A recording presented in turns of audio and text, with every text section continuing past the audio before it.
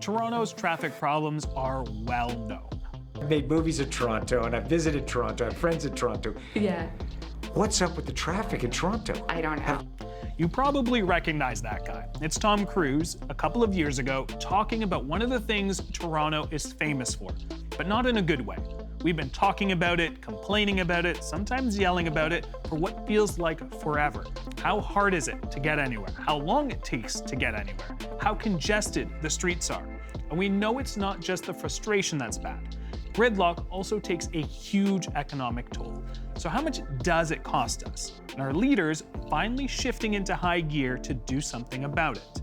Then, one way to get more cars off the road? Good public transit. Don't take my word for it. Here's Metrolinx.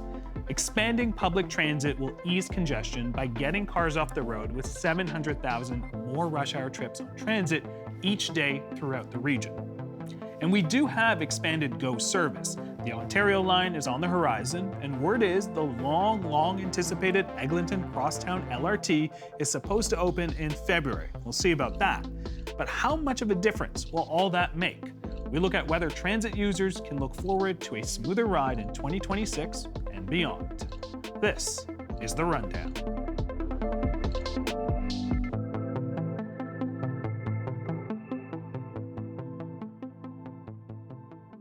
Traffic congestion isn't just a massive headache for commuters. It also comes with a hefty price tag.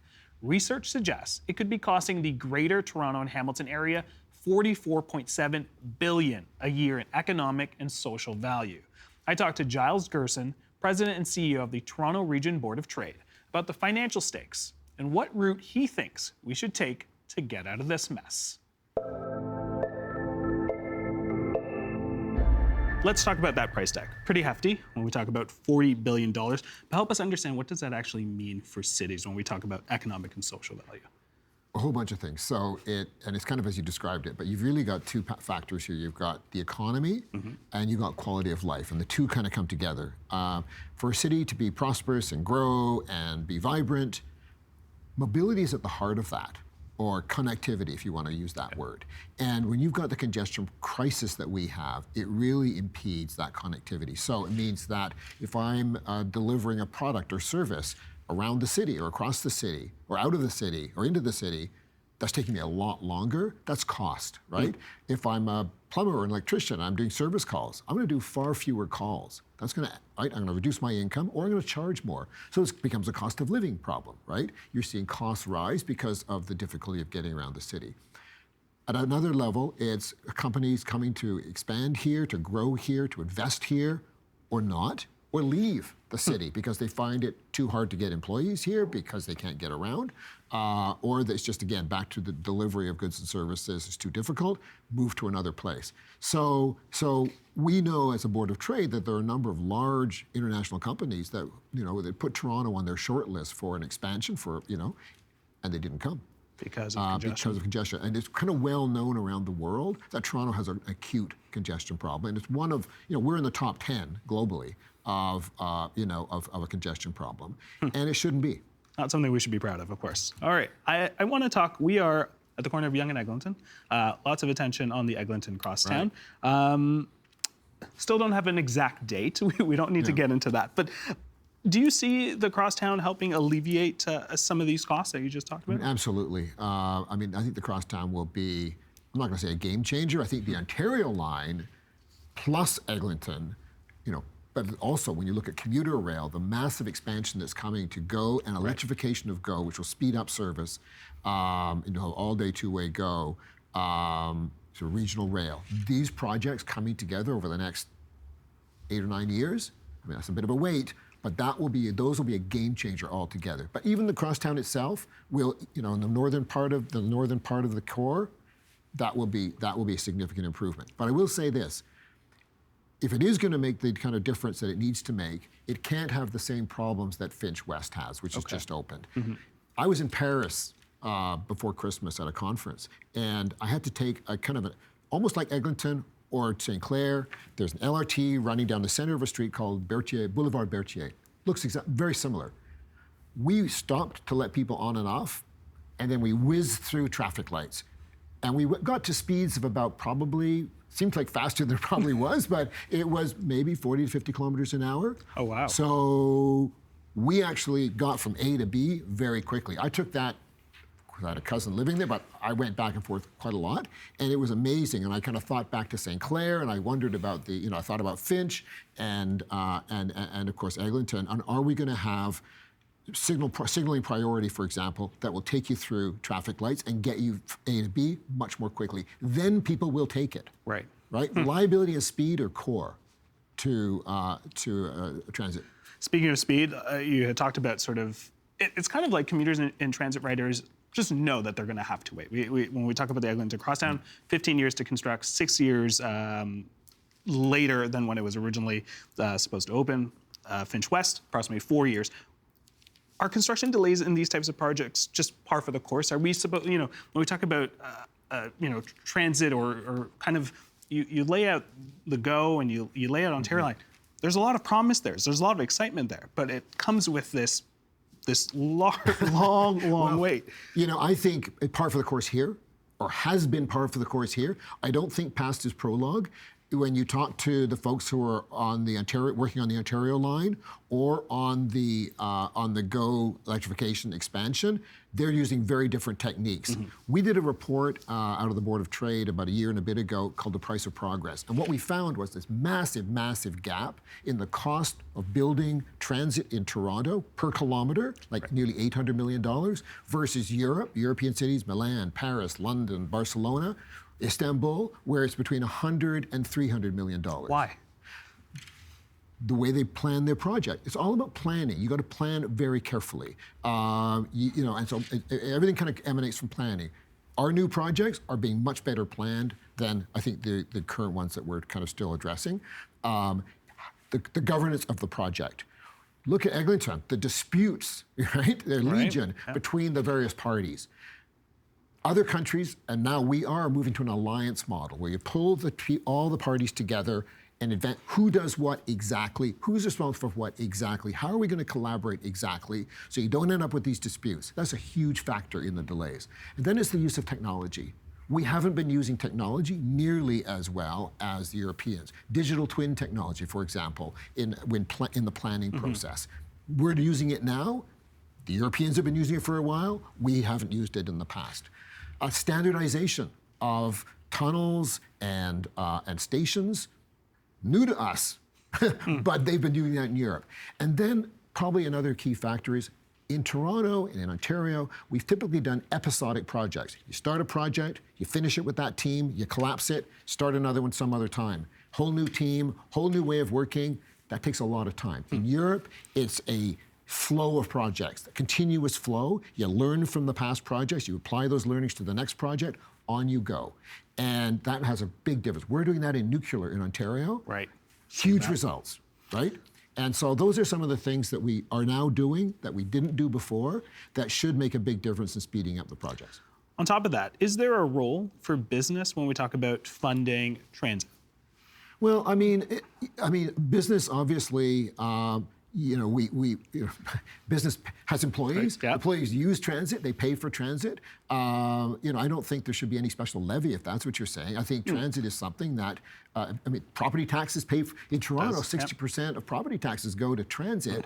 And who pays the commercial property tax? But we have higher rates here for industrial and commercial property than other places in North America. So business is paying for transit. Having said that, it is woefully underfunded and it's woefully underbuilt.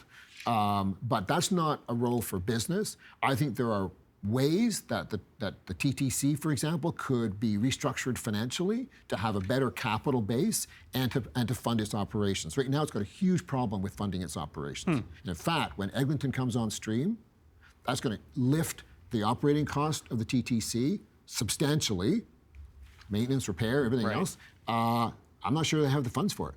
Oh, okay. Something we'll have to watch for.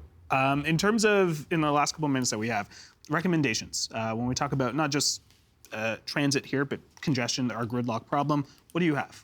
Well, we put out a report called an action plan actually last year. It was adopted by the city. We were very pleased with that. The mayor adopted it, and so did council. One of our recommendations was have a traffic commissioner, a congestion commissioner. They've just appointed a congestion commissioner, but we really thought that we needed a point person at a very senior level at City Hall who would be able to work across the departments and focus on how do I solve this big problem. That person has to have significant authority because, everything is a trade-off. And in the past, we make multiple trade-offs and congestion doesn't get resolved. So you're going to have to make trade-offs in favor of traffic flow, but those are things like putting in place smart signaling, like AI-enabled signaling, which other cities are using in abundance. We've been very slow to adopt. We have pilot projects now. But you can, that would move traffic freely where there is no cross traffic coming. You don't sit there at a red light and nobody's coming. Why, So you've got that. Then you've got things like we have relatively few major arteries as a big city. We need to get back to 2 lanes of traffic, right? Which we had in the past, but often now they're reduced by on-street parking, maybe LRT or streetcars, Cafe TO, bike lanes. All of those things have now really shut down essentially some of our major arteries, making congestion a lot worse. The congestion commissioner should have responsibility for a plan for easing congestion on those major arteries. One other thing, we've had a lot of construction, a lot of construction projects, building condos and so on. Often a lane is taken out of service, right? And you could go down a major artery and have 3 or 4 of those on your route into the city or out. Happens a lot, yeah. But really, when you think about it, the city has charged in the past relatively little to take a lane out of service. Other cities either ban it, right, or charge a lot. So you reduce the amount of time that lane is taken out of service because it costs you a lot of money. And so we recommended that the city massively increase the cost, particularly on major arteries, so that you reduce the frequency of those and you reduce the time taken. Those are things that the city has now adopted as policy, but now we have to see them implemented. All right, seems like a bumpy road to get us to where we need to, but there's a lot of promise there. So looking forward to it. It's critical to the future of the city. All right, Giles, we're going to leave it there. Thank you so much. Really appreciate it. Thank you. It's not just drivers who complain about getting from A to B. Transit users have been struggling. Long wait times, unreliable service, stressful commutes. But things could be starting to change. In Ontario, they're beefing up regional GO service. In Toronto, the Ontario line and at long last, the Eglinton Crosstown LRT are on their way. Ottawa, where the light rail system has had a bumpy ride, to say the least, is expanding its O-Train service. That's a pretty impressive list and some pretty maps, but big plans and press releases don't always mean real changes on the way. So, should transit users be feeling optimistic right now? I asked Shoshana Sachs, Associate Professor in the University of Toronto's Department of Civil and Mineral Engineering, Gio Petty, podcaster and producer of documentaries like A Train to Nowhere about Ottawa Transit, and Marco D'Angelo, President and CEO of the Canadian Urban Transit Association. Thank you, too, for joining us in studio, and Marco for joining us on the line. Shauna, I'm going to start with you.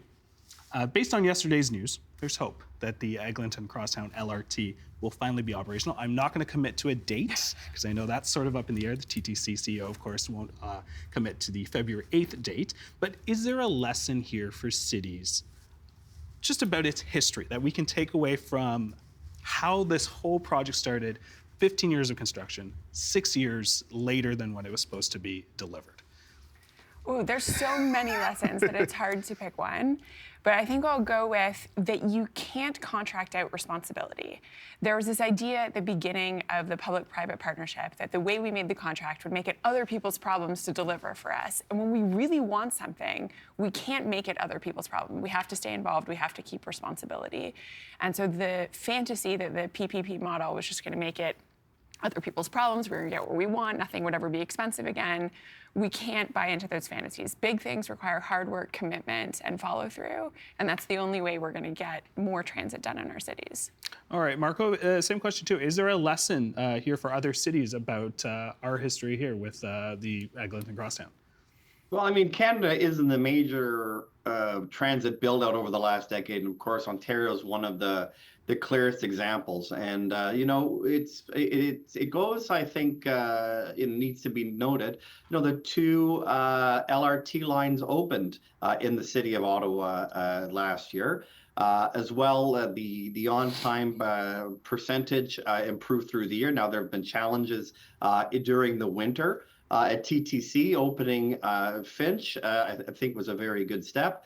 And certainly the advancement on other major projects across the province of Ontario and across the country as well, like the Broadway subway in Vancouver, the extensions of the Blue Line in Montreal. There's big projects that are happening across the country, each of which face unique challenges, but where they come together is that funding certainty is really what helps to ensure that these projects are able to move forward.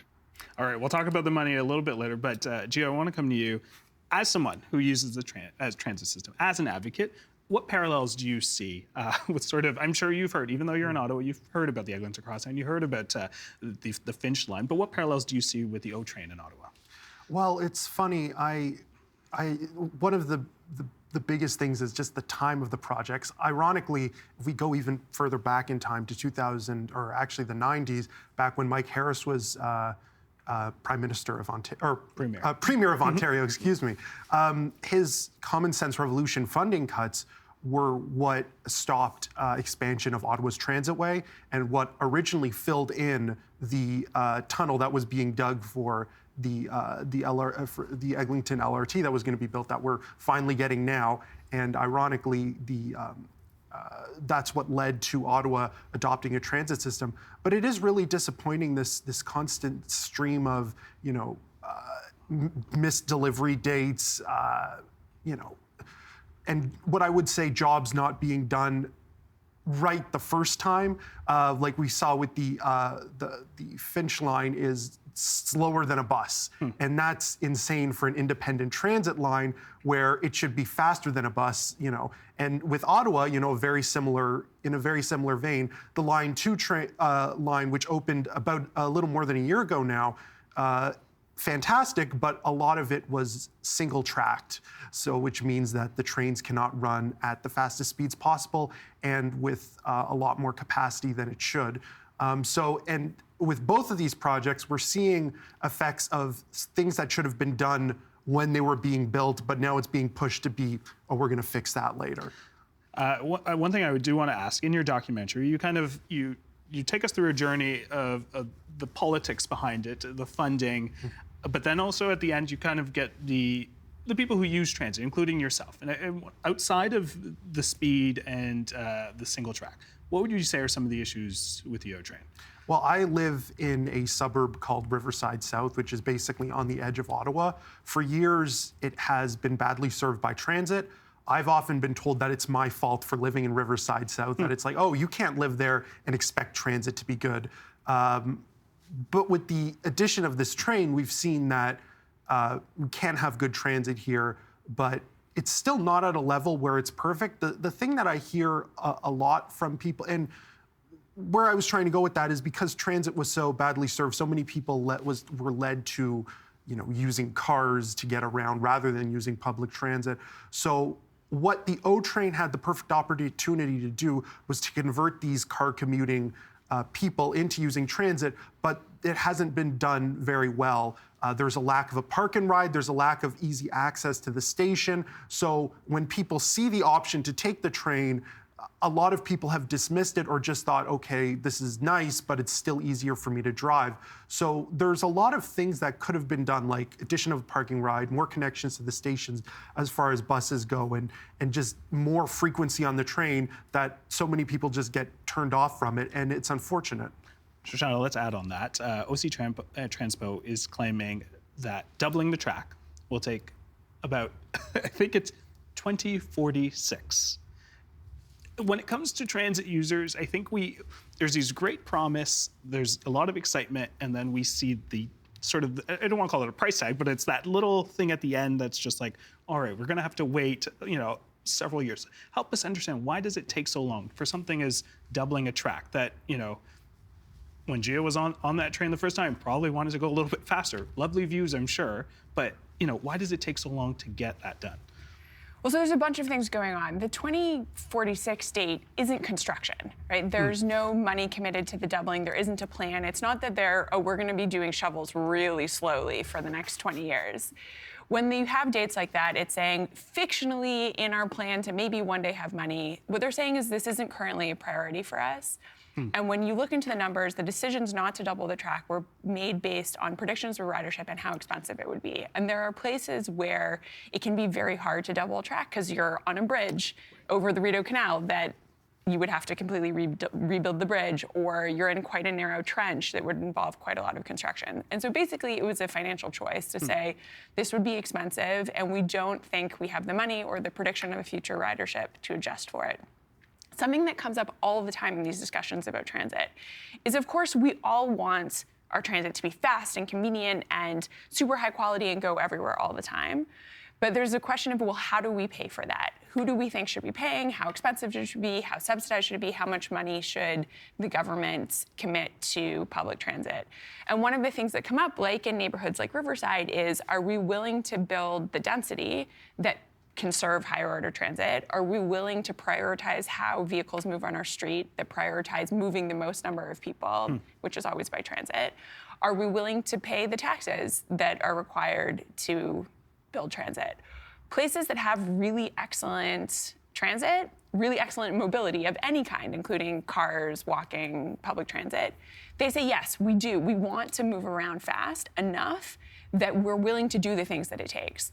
In Ontario, not so much. Well, let's talk about the money there, Marco. Why is stable government funding so important? I know last year's federal budget had a change that removed a steady flow of about $3 billion per year for about 10 years. That's changed to sort of a bigger pot of money that would go to a number of projects. But help us understand what that stable funding would go to. Yeah, I mean, we had worked very closely with the federal government to secure $30 billion over 10 years in a permanent transit fund that would provide $3 billion a year. And the November 4th budget did put that amount into doubt.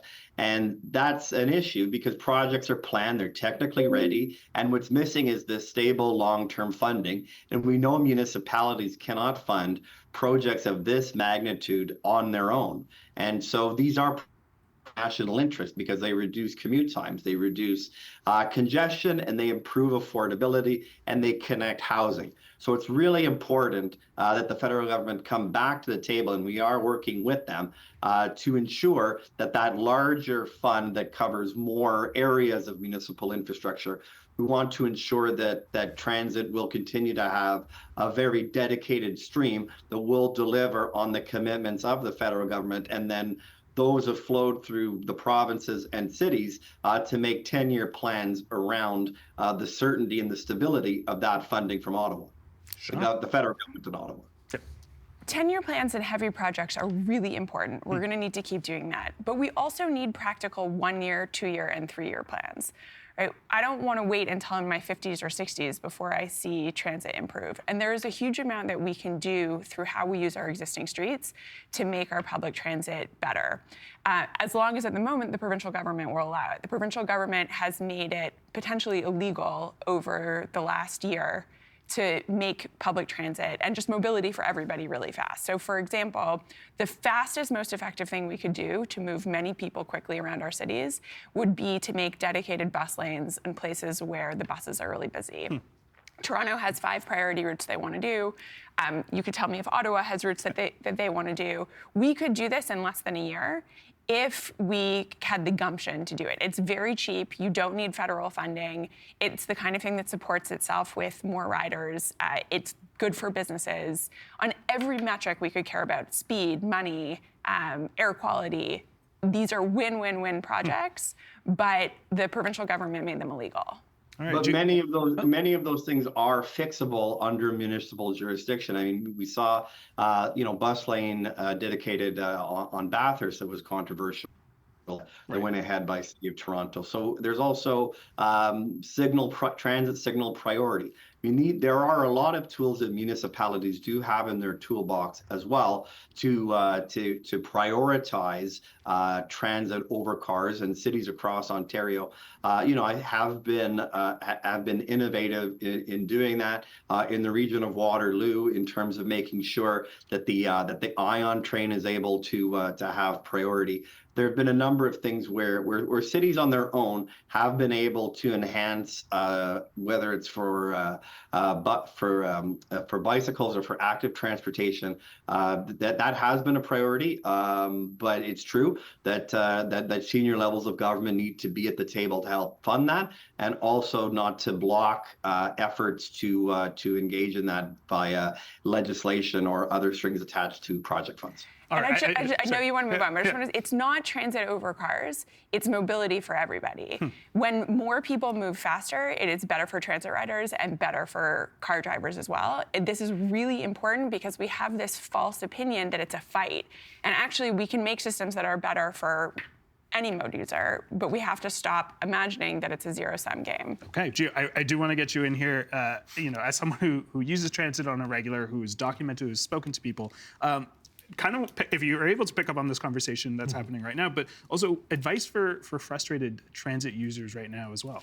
Well, just on the discussion, I think that, like as you were saying, I think short-term plans and like 1-2 year plans are important, because if we've seen how OC Transpo recently, although they've opened these new train lines, they've had incredible difficulties over these past couple of weeks with buses. We had their new operator, Troy Charter, basically admit we are not delivering great service. We were canceling way too many trips, and they've even implemented a plan to try to get more buses because their old fleets are breaking down, and they've committed to electric buses, but the electric buses aren't shipping as fast as they should be. So they're in a rut right now, and I think having those short-term solutions, as in what they're trying to do now, is getting in more refurbished buses, getting more mechanics to fix the broken buses to make sure that they're accessible to commuters. I think that's really great to see that they're trying to improve. But as far as what commuters can do, I think we are in a very good position because Ottawa is having their 2026 mayoral election this year. So as a commuter, you have the power to say, whether it be your city council, whether it be mayor, you can vote who you think is going to do the best job for transit. And I really implore a lot of people out there, so I look straight to the camera, like go out and vote if you live in Ottawa. This is a very important election, and it can really dictate the quality of the transit system for the next couple of years. All right. And transit will be an election issue across the province, but certainly recognizing the average age of a bus in 2019 was 8.5 years old, and today it's almost 11 years old. So think about that in terms of out of service and maintenance costs and being off the road. So really renewing the fleet, that was an excellent point, and that's something that that federal funding is meant to do, and that's something that can happen within that 1 to 2 year time frame that was cited. All right, folks. Unfortunately, we are going to have to leave it there. Time goes by very quickly. Very passionate conversation. Love that. Marco, Gio, Shoshana, thank you so much. Really appreciate your insights and your time. Thank you. Thank you so much. We want our show to reflect you and what you care about. What issues would you like to see us cover? What makes you tune in? Let us know. Go to tvo.org/rundownfeedback or leave us a comment on YouTube. Until then, see you tomorrow.